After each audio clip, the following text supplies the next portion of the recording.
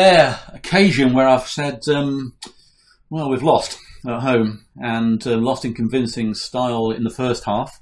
We can show you some of the incidents. I'd like to hear what you've got to say about it. But let's start, first of all, with the handball that wasn't given, first of all. Oh, yeah. How can you not give that? He's moved his hand towards the ball. His handball. Where's the referee in there? We can't see what he's seeing, but okay. So that's the first controversial decision, but it was a disappointing first half. It's sort of mirrored to a certain extent the game on Tuesday night when we haven't got their first goal to show you. We can show that on the highlights later. Yeah. But the second goal was very much similar to one that was at Redditch where the ball came over. Yeah, we've just had a long debrief talking about a few things. We're not happy that we've now conceded. I mean, okay, it's not from a corner as such, but it's the second phase, and there just seems to be a lot of their numbers and not enough of ours, and just questioning the want and willingness to defend on set pieces. So that a team that's come to make life difficult for you to then be 2-0 up is always going to be a very hard task, but something that we felt we were capable of doing. On an individual basis, no one played to the level that we'd expect or have played up to now. I can only but apologise for their performance to the fans for what they've watched today. I'll back the players all the time, and we've had a lot of positives this season, and I certainly don't want this to explode. Being here over the years and times before, I know it can get a little bit exaggerated. So I just think let's just keep level-headed. Yes, there's a few issues now that have arisen that we need to resolve. You don't become a bad team overnight. You don't become a bad player overnight. There's been a slight change in our way of playing because of the way the opposition have stepped up, and we are not adhering quick enough or good enough, and our quality hasn't been to the levels that we all talk about. So, and there's a few other little things that we've discussed and we're going to look at doing moving forward. And it's very, very, very disappointing performance. Certainly the first half. Can only but apologise to the board and the fans and everyone. And just unfortunately, it's come on the back of a very roller coaster game on Tuesday. Do you think that had any bearing on today's result? Well, something to note is both teams we've played have had a week rest in between. We play with a lot of energy and intensity, and it just seems that the last two games it seemed the opposition had that. So we need to look at why, where and how. Got to look at the tactics the opposition's employed. Have our tactics obviously haven't worked. Were they the right tactics, or was it the personnel weren't able to carry it out to the level that we thought? That's one of I think it's only the third game this season where we haven't scored. Yep. Which is very disappointing. Let's look at the incident with Luke Graham before the free kick was given against Bury. He was brought down there, and the player was allowed to go on, and there's the foul. Yeah. Your views on that? Tumble or foul prior, or can't quite see it, can you? No. I think there's a foul, and it's blatantly in front of him. And from the resulting free kick, which you can't deny was a good free kick. It just underlined what a terrible day we were having. There's a foul in there, and he hasn't given it. And don't get me wrong, he had a terrible game, but we played a lot worse. And the free kick, I don't really want to show it, but we'll have to, I suppose. It was a great strike from Danny Kelly. Yeah, he's... you just got to hold your hands up and say, what a goal. And it just, again, it's small margins, small moments that went against us, and uncontrollable to a certain degree. He's pulled that out of the bag, and we'd have been all over that if we'd scored that. So, given their respect. And at 3-0, it's going to be a very tough ask. Well, it got tougher, didn't it? A few moments later, we had Dan Holman sent off for this, and not sure what you think about it, but we know what we think about it. And, no. And that's a decision has been given a sending off. I thought yellow, maybe a yellow. They've just gone in. The lads, wasn't intentional. The lads obviously played the game.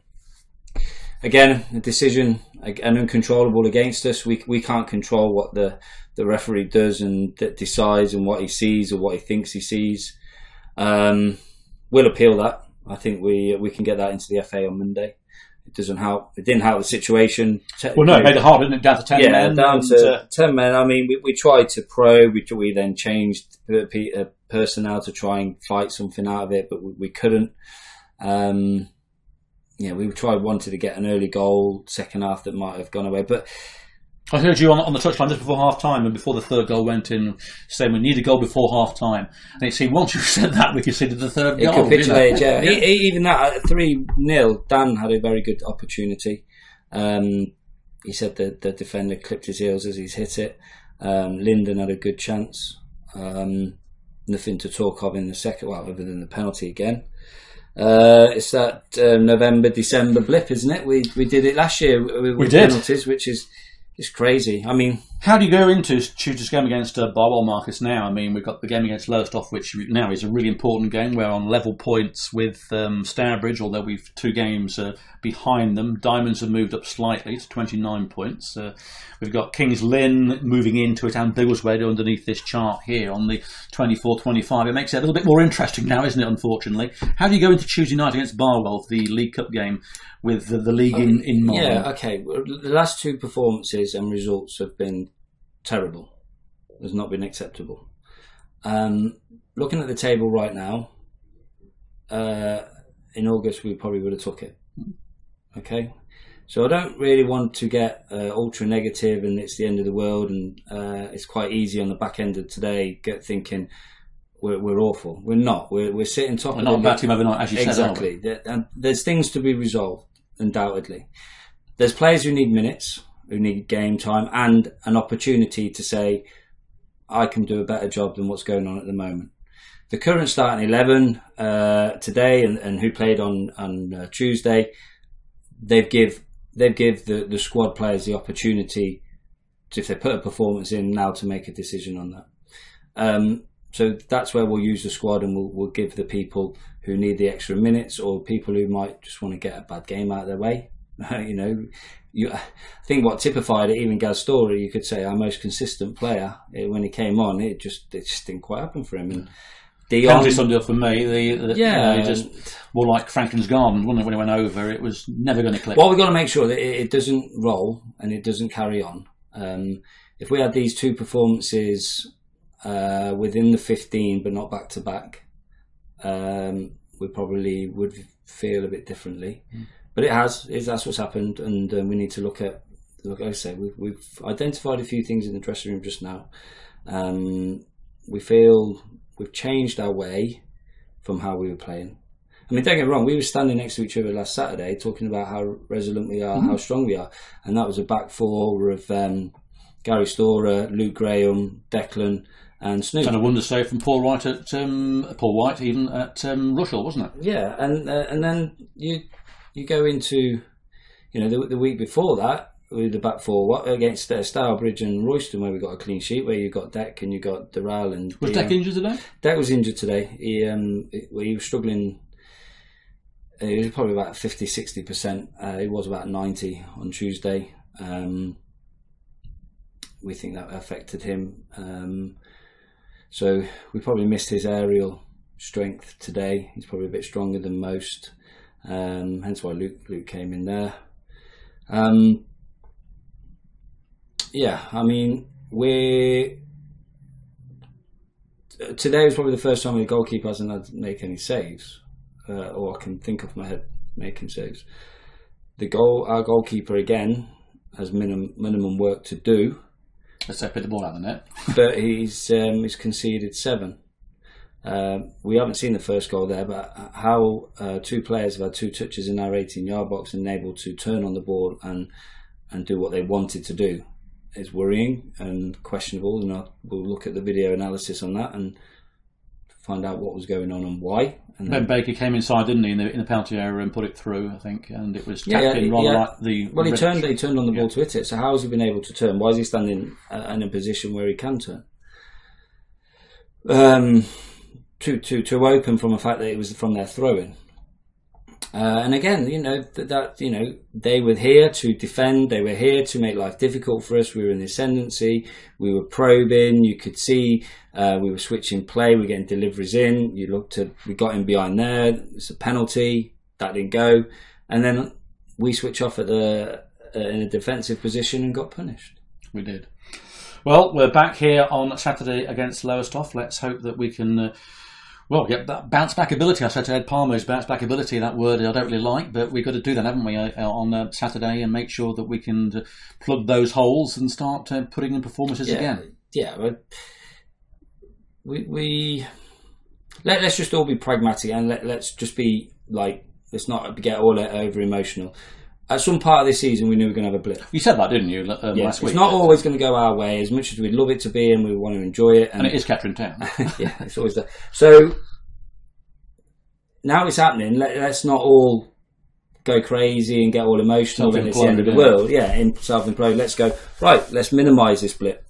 Let's get round, let's get together, let's fight our way through it.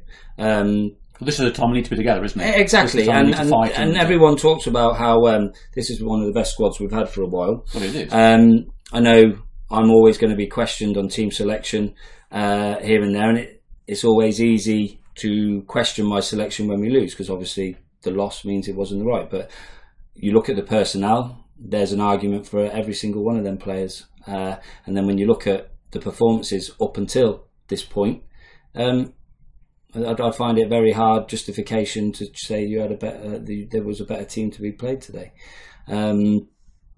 So, yeah, we've identified a few things. Obviously, now if we don't win that appeal, we won't have Dan for 3 league games. But that starts against Barwell, do you think? No, that will come in against Lowestoft. So that means we're going to lose Lowestoft, Banbury, and Hitchin then. Yes. So he's back for Boxing Day.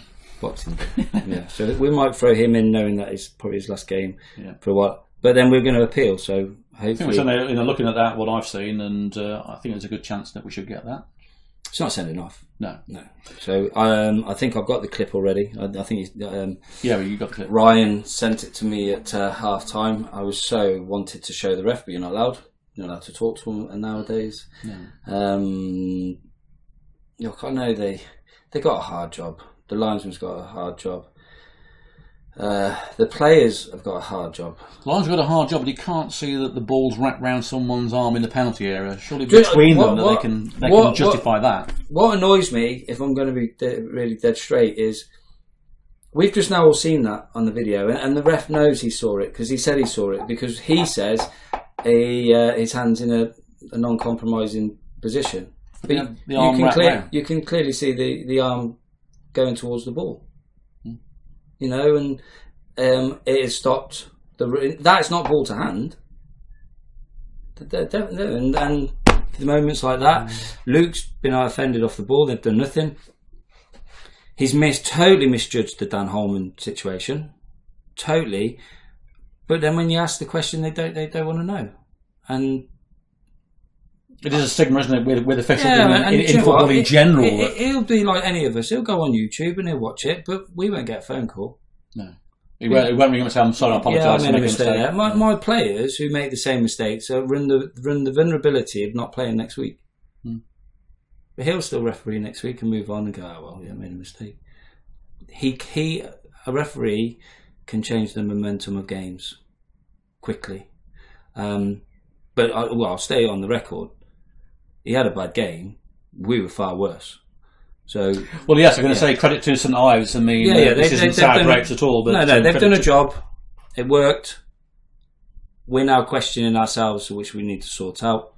Performance levels weren't good enough. We play, individually, no one played well today. No one had any quality whatsoever, from Paul White right through to Aaron and Dan up top and Reece. So no one of them could even question whether they should play the next game. we have 5 of them players turn up today, we would have had enough to win the game. We had too many players on an off day. Was it on the back end of Tuesday? Is the confidence dropped slightly? So we need to have a look at that.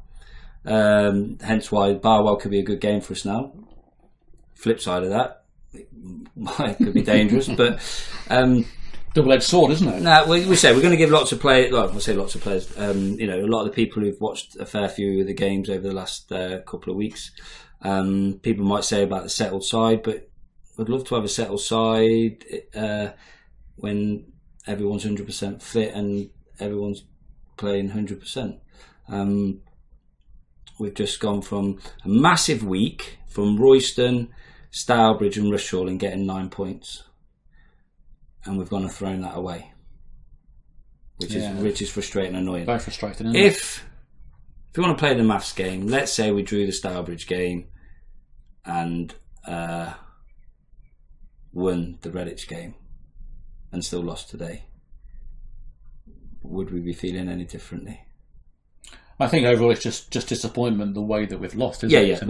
I think you can do all the pros and cons about we could have won this, we could have won that one, but I think it was the way that that first half developed. And the frustration with the officials is part of the game, but I think it's the way we conceded the goals. We hadn't really learnt from that Redditch game.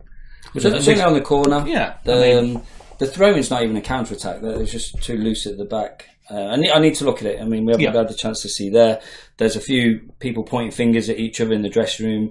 So we need to see that, and we need. Well, we will do. We'll analyse it, and we'll say, right, why were you standing there? Why didn't you follow him? Why were you too busy fighting with him off the ball? Just a few little things that. We just got to get. Well, it's the old cliche. It's a marathon, not a sprint, isn't it? We can put all these cliches in line if we want. It's a game of 3 halves or whatever. But thank you, Marcus, for your views. It's not obviously disappointing. You're disappointed as much as we are as well. Yeah. And I'm sure the fans out there are as well. But we will come back stronger. We can guarantee that, and we will win this division. I'm saying that, not Marcus. No, as I said, I don't want us to implode. I don't want negativity. We have a tendency to do that. I think now's the time to pull together. Our lads have had a bad week. Yeah. We've had a bad week. Come probably at the wrong time, or however you want to look at it. Now's the time to fire us up. The staff's got to fire them up, and we'll get to work in the week, and we'll be ready for next Saturday. Okay, Marcus, thank you very much for your time.